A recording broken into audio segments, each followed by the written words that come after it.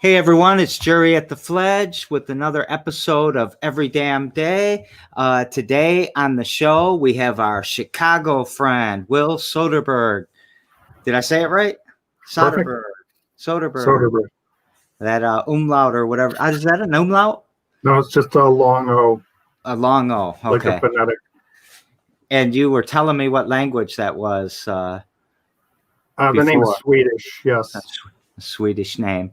And you, I introduced you. Who else do we have on the screen today? This is Victoria Pearl. Victoria Pearl. And is that Victoria Pearl's Halloween costume or? Yes. Oh. Yeah. Her cat suit. So we met, I don't know how, actually, just randomly over the internet or something like that. I was seeking a place to do a residency in Lansing and not having success. And I came upon your website and was very excited by the kinds of things you do there, which are just awesome and amazing. The whole community space, an urban farm, chickens, recording studio, game place, drop-in community center, event center. I know I'm leaving out about 100 things. Business incubator, wrestling location. Well, what we also thought what you did or what you were doing is really cool. And we loved providing that space for the residency. So you did that. Did you do that twice or once? So far, just August of 2019. I'd hoped to come back this year, but I haven't even been back to Michigan since March. Sadly. Yeah, that is sad. Because we do miss it because it was super interesting. And I'm going to sit here and make a bunch of adjectives about it. Nobody knows what I'm talking about. Will you please tell us what I'm talking about or what your project is and what you do? Well, I have been doing a series of residencies. I did one in Redford at Entropy Stereo. Mike Corey, shout out to him. And these are the kind of self-induced residencies. I've also done a bunch in locations offered by other places. Signal Culture, formerly of Owego, New York, now in the process of relocating to Colorado. Ragdale, which is kind of more of a writer's artist colony residency in Lake Forest, north of Chicago. But I really wanted to play in Lansing. I know a lot of people from Lansing. I played in a group called Rattling Wall Collective. John Howard and Chris Peterson were the principals of that, an improv group. And I was really looking for a place because, I have a lot of people I know in the area, Norm Zabrowski, James Medaski, Wolf, John McIntyre, etc. And I knew if I was able to find a space in Lansing that something would happen. So what I do is just invite people in to work on creative endeavors with me. Some of it takes the form of sound, but I also do work in video and installation and performance. And what I do is invite people in and we exchange ideas and try to create some work, which we did.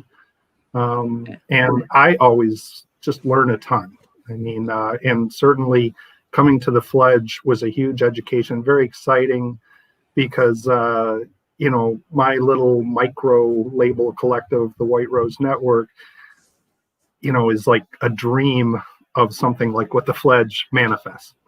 I mean, all the programs you do, all the people you bring in, the networking, everything is just awesome. And I try to do that on a small scale.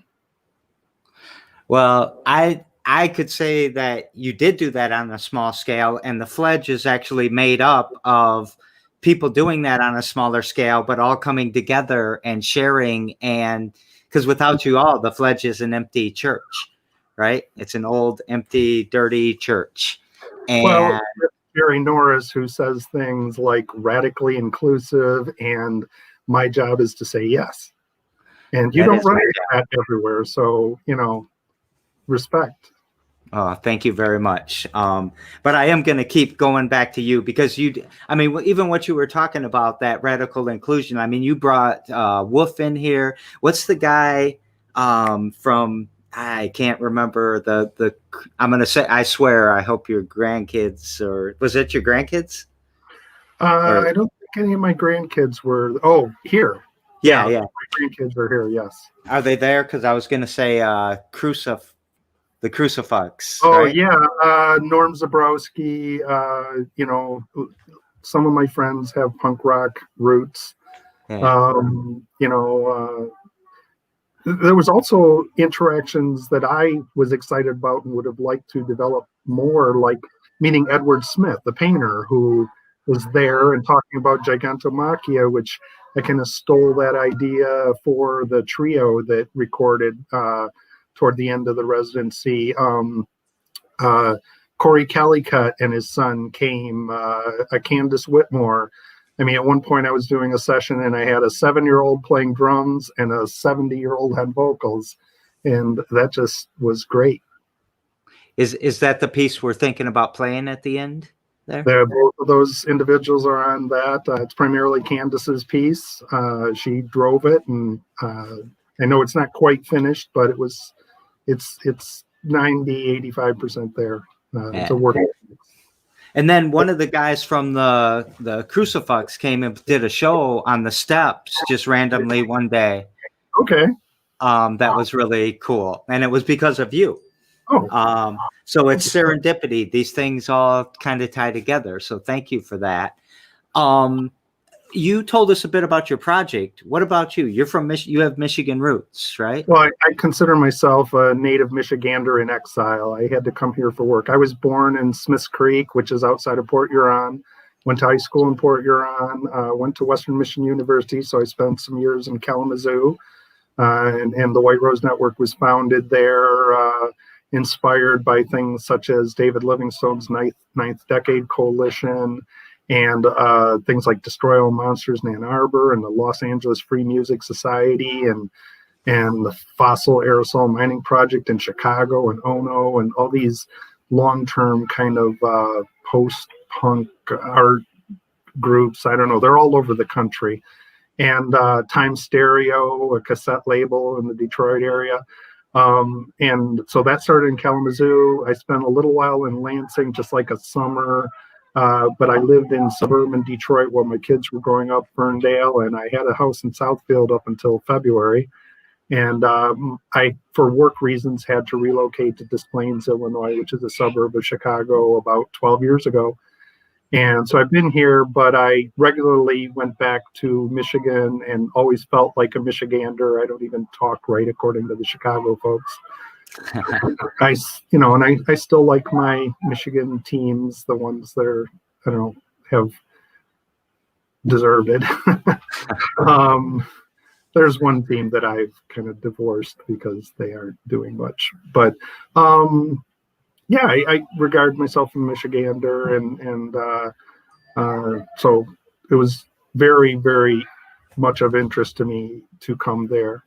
And much of what I do is, my day job is I work for a municipality here doing media, local media, and your group also kind of is in the same ballpark. One of my first organizations that I really got excited about was a community access center in Kalamazoo, which I'm dating myself, but a few presidents ago, that was a pretty active way to do weird punk rock videos and stuff. And I did those, I did God Bullies videos and, some Strange Fruit Abaku work and, things that need to be dug out of the archives and reposted. So that kind of inspired things. Was a long-term, somebody's melting down in the other room. Yeah, community media. They did college radio, which was a lot of fun, being able to program a show. Students for Progressive Action, Ken Knott's group that hosted a lot of shows in the Kalamazoo area. And I've been kind of always inspired by those kinds of things and tried to conduct myself similarly. What would you say, like, the mission, that common thing is that inspires you? Well, I kind of stole a line from Mayo Thompson of the Red Krill, and I put it on the White Rose website. And I think it refers to it as a collective working on independent production and promotion and distribution of independent media productions with the goal of participating in the competition of ideas. Okay. Can you hear that? Yeah. I'm Are so they sorry. doing okay? No, it's all right. That's Killian. We said before that it's the year of the kid, it's the year of the pet. You know, it's they're at your office every day now, aren't they? Well, I actually have been fortunate. I've been very, very lucky. A lot of my musician friends have kind of been furloughed or whatnot, and my work kept me on. I did work from home intermittently a little bit, but I've continued to be employed. In fact, been very busy with the whole experience. We're doing a lot of municipal meetings on Zoom, so I've learned more about Zoom than I ever wanted to know. It's been a challenge because it's a not well-established technology up to this point. But yeah, having the kids moved in with me in April, and the challenge has been for them trying to do school and understand all the new rules, all the new normal. Yeah. Is there given that mission, given what you're trying to put together, you have like a huge discography. I can't say the word right now. Like I was looking on Bandcamp, it goes on and on. I did some searching on you and found a lot of stuff.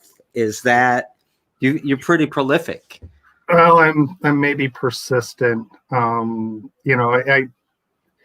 never really permeated the membrane of popular culture in a way like some of my friends have had records out and had some level of notoriety or whatever.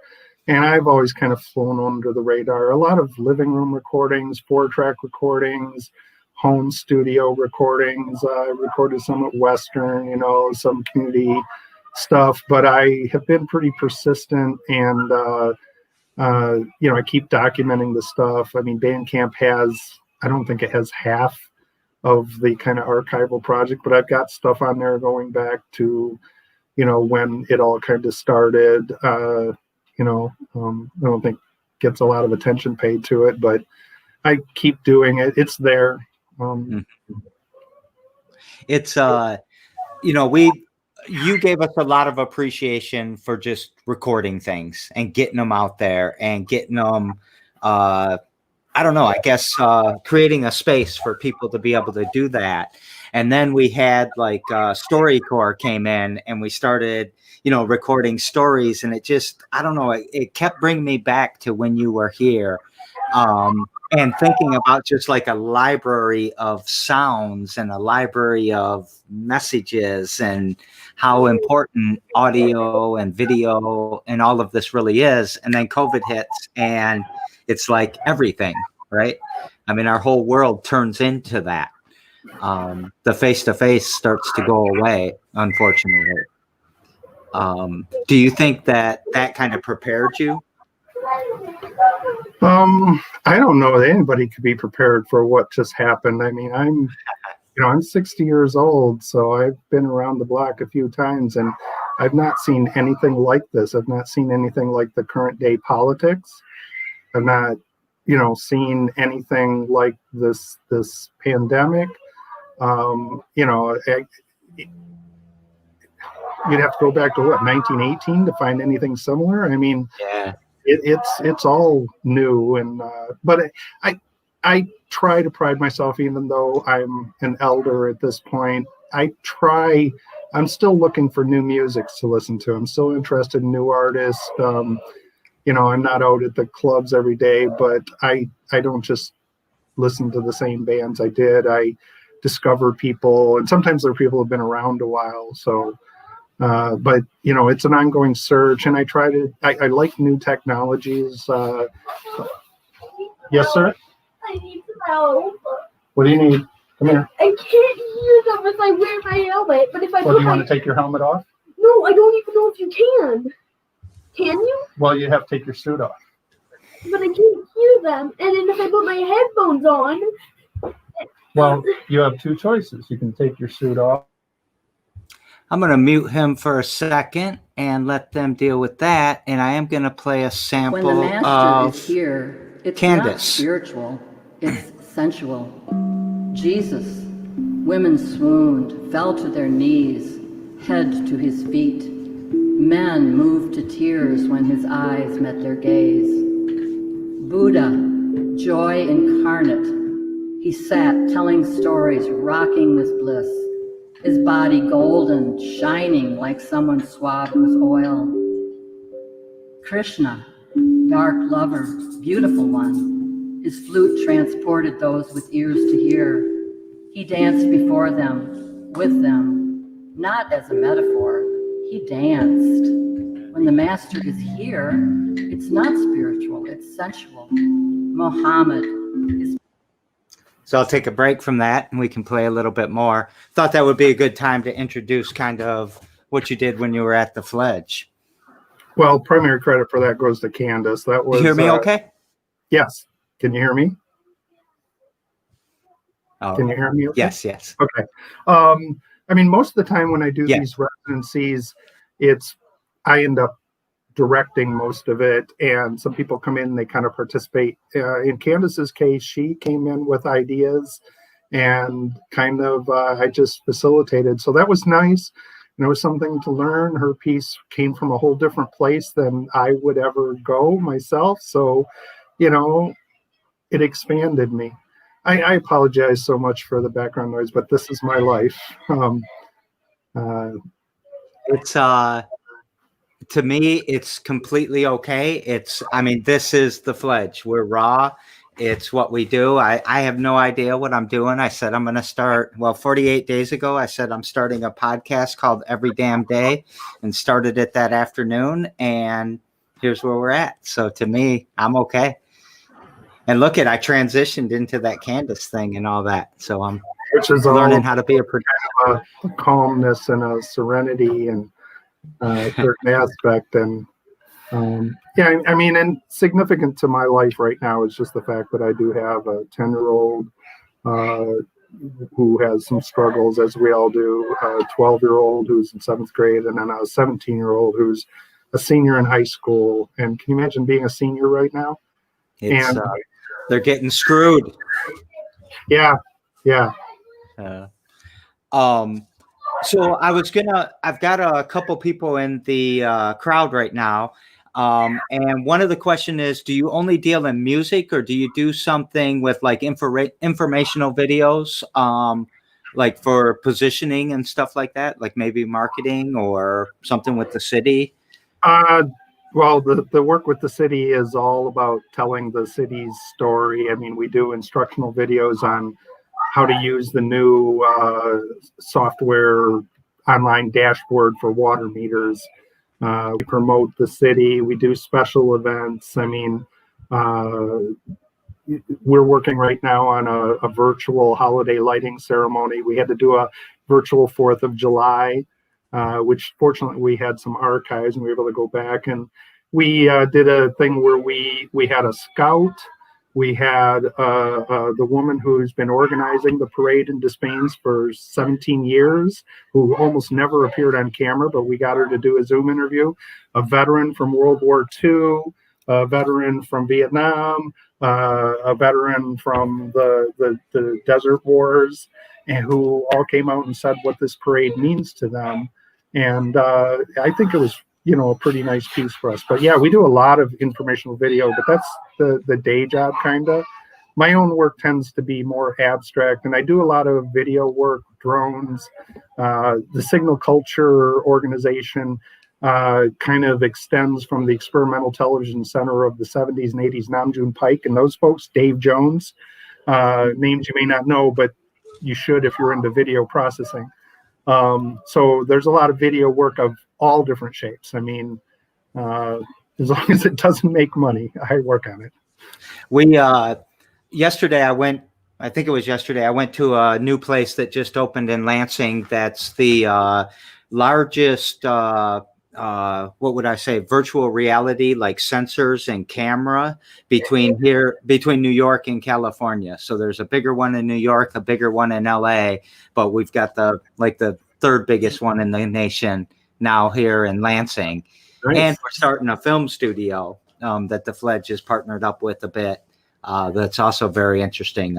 Greenwood District. Look at 360 video. It's huge. And I was fortunate enough. I have aspirations to be an educator. In community access, a lot of what you did was you taught people.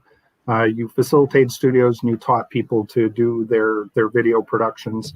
And I did work with Detroit Public Schools as part of the 21st Century program and a lot of middle school students. And what I found was interesting with them is their perception of video production as being unified with gaming.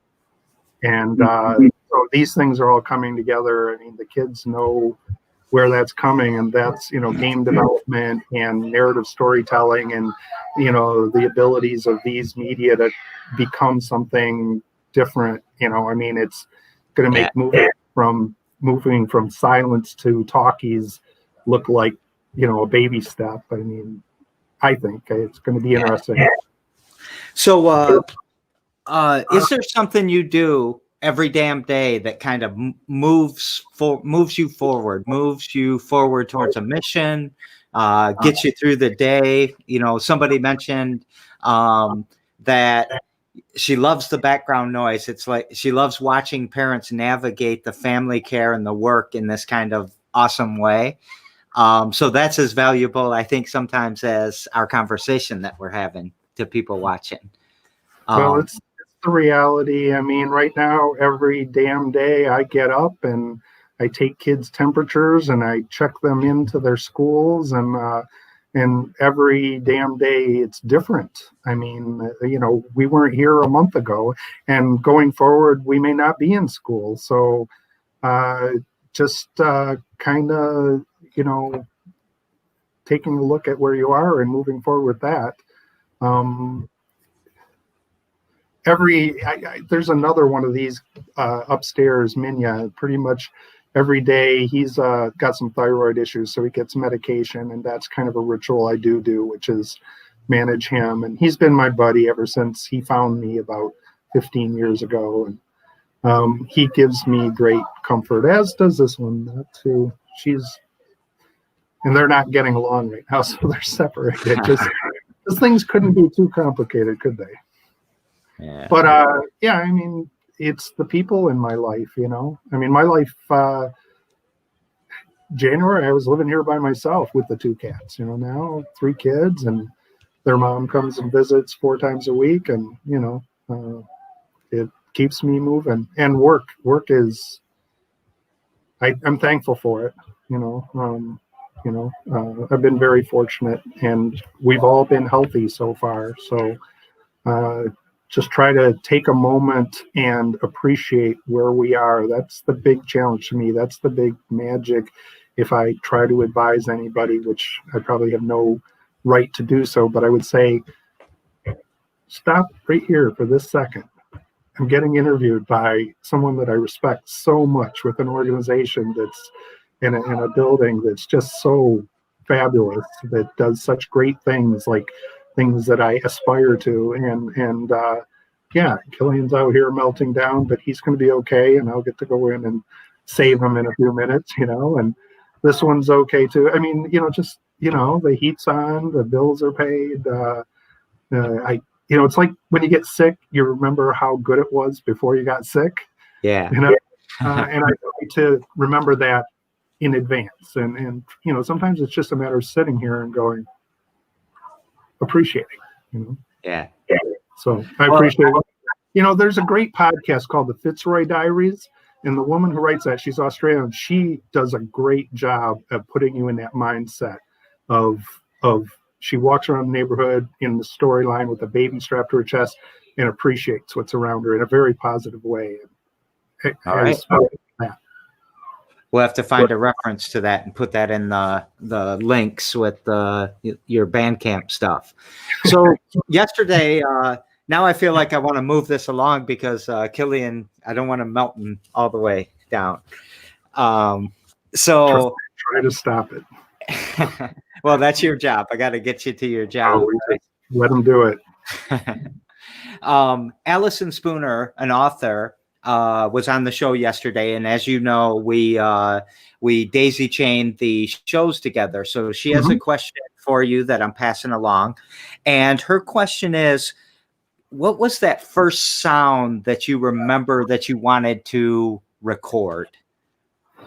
Well, for me, the early inspirations that lead to my practice, as they call it in the art world, was the recording, medium. And so when I was like 9 years old, I got one of these for Christmas. And it's a primitive loop player recorder. And of course, I had to go on eBay as an adult and get another one. But the ability to capture that, I was like 9 years old. And ever since, I've been fascinated by capturing a moment and then what can I do with that. So that's kind of, when we were talking about it yesterday, I was that pushing play and record at the same time on that cassette deck was so fascinating. Yeah, this thing is cool. It's got a little cartridge that goes into it. Someday I want to do an installation. Yeah, Victoria, you just push the cartridge. I haven't ever been able to get one of these to work, but having this, and that was my first recording device. And I remember doing recordings and just being really fascinated by the process and falling in love. And then I would play with radios, the bass and treble, and was listening and aspiring to record. And it's been an ongoing process ever since. That's awesome. An obsession. So tomorrow I've got Thrift Witch on for Halloween, and you have a question that I can, and this is Tisha King, and you have a question for me to pass on to her. What would that question be? Well, I'm a big fan of some of the found objects collections. There's magazines and sounds and things. So I would be really interested in what is the strangest, weirdest, most unique object, document, photograph that she found in something that came through her store. Maybe somebody's a letter to somebody in a book that fell out, or maybe, a coin in a pocket of something. There had to be something that was really bizarre, Yeah. All right. That's a good question. I look forward to her answer there. So I got to kind of twist that around and ask you that same question. That's what we do. So I'm going to ask you, you recorded something that you were intending to record, but you got something else in the background, and Killian doesn't count. What's that something in the background that you weren't expecting to be there, but it was that you kind of found? Well, it's kind of an ongoing, and it permeates everything I do because, recording creates its own universe, its own place, its own temporal space. So I record and then I work with objects or that recording, but I let it talk to me. So it's almost always unexpected. I can't really think of one example, but they kind of speak to me, and I kind of have to wait for them to tell me what's there. And very rarely is it what I intended to do. It's something else. And sometimes it's not even in the recording. It's that it suggests something. So I know that's not a direct answer, but it does address the practice, which is, documenting and then letting the documents kind of direct you, It's, I love you guys so much. I mean, the people I get to talk to in my life are really amazing. Because I'm expecting, some chirp of a frog or something, and you're talking about a whole concept that emerges, and that the whole thought process was not what I was expecting you to answer, but it's the best answer ever. So, What I always ask, I always do a little business as we're wrapping up. That's number one, every damn day, airs every damn day at 2 p.m. 1 Central or whatever. I got to start getting more global, I guess. 2 p.m. Eastern, I guess. 99 Problems, but a Pitch Ain't One is coming up on Sunday at 3 p.m. We're starting a coding club podcast get together thing in 2 weeks. So we'll have the coding club going. And we also have 10,000 Fledges, which is every Tuesday at 3. I usually ask, like, do you want to take us out with some last thought? Do you want me to play the rest of Candace? What do you think? One thing I did want to mention is I was just fortunate enough. There's one of those organizations down in Florida called Electronic Cottage, and they're descending from the 80s tape trading underground that I was around, but I wasn't participating in. But this guy, Hal McGee in Gainesville, just put together a series of recordings where he paired people who hadn't played together, didn't know each other together. And I got paired to do what they call a split release, 30 minutes of his music and then 30 seconds of my sounds. And we just released that, I want to say Tuesday or Wednesday. It's Electronics Cottage Split number 19 of, I think there's going to be 29. And that just came out. So Scott Bizarre, a wonderful prepared guitar player, is on there. And then my most recent work that I've been working on the last couple of months is on there. So and just, shout out to Hal McGee and all the Electronic Cottage folks. I hope somebody's watching. And I will put some links in the description and all of that of this video. I have codes for that. If anybody wants it, just email me at will@white-rose.net. And I think I've got about 8 or 9 codes if somebody wants it. Plus, it's a $1 thing. So it's not too dear. All right. I'll get that out there too. So thank you so very much, Will. I appreciate it. Thank you. You have a huge, hectic schedule. I can't believe you agreed to do this in the middle of your day. So that's about myself, it's quite an honor to have you here and quite an honor to get some of your time. But I'm going to let you get back to your busy schedule. So love y'all.